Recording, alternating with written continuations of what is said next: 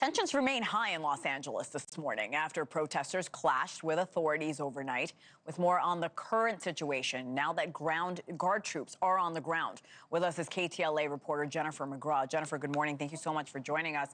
What else are you learning about the troop deployment? Can you describe what you're seeing on the ground right now? Hi, Hena. Good morning. You know, it's one thing to see a heavy law enforcement presence, but we are seeing hundreds of military members being driven in and being packed into this federal building. We can't zoom in too much because there is profanity all over the building, but we are seeing troops here on the ground. The Trump administration taking these raids seriously, making sure federal agents aren't protected, because here's the deal. Police and deputies aren't here to help assist in the raids, but they are here to help keep our community safe. With another day of violent clashes between protesters and law enforcement, the Trump administration is sending 2,000 National Guards to downtown Los Angeles, many arriving here this morning starting at 4 a.m. The last time the California National Guard was deployed to Los Angeles was back in 2020 following the death of George Floyd, as protesters took over the city. Now, protesters, again, out here today. They plan to come out here today. They were here last night. Let's take a listen. We're here to be peaceful. We're here to speak up against the injustices we're seeing in the world, and that's why we're here. I witnessed most of the protesters being pretty peaceful, being pretty active, being in support of people unlawfully being detained. Hena, back to you. Jennifer, I am curious, what are people on the ground saying as the city gets ready for the possibility of more protests today and more clashes between police and protesters?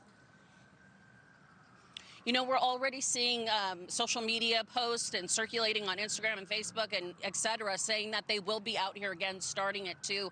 But, you know, I've been a part of this for a long time now, with multiple protests going on throughout the city since 2020, and they do plan on coming. So that may start even earlier this morning, but the National Guard is here and they are taking these threats seriously. Now, I also want to tell you that we spoke with U.S. Attorney earlier today, and this is what he had to say. Yeah, the only terrorists I see are the ones who are throwing Molotov cocktails at our federal agents, the ones throwing rocks at them, the ones attacking our officers, the ones impeding them. They are the ones who are lawless. Our officers are following the law. We are enforcing the law as written by Congress. We are executing warrants signed by federal judges. We're doing our job, and we're doing the task that the American people voted for in November. As more raids were carried out in the city of Paramount yesterday, tensions between city, state, and federal leaders escalating. Governor Newsom and President Trump trading statements on social media about the National Guard being deployed. Trump saying that if local law enforcement won't provide protection, then the federal government will step in.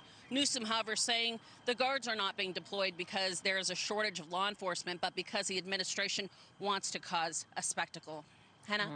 Jennifer McGraw, live on the ground in Los Angeles for us this morning. Thank you so much for that report, Jennifer.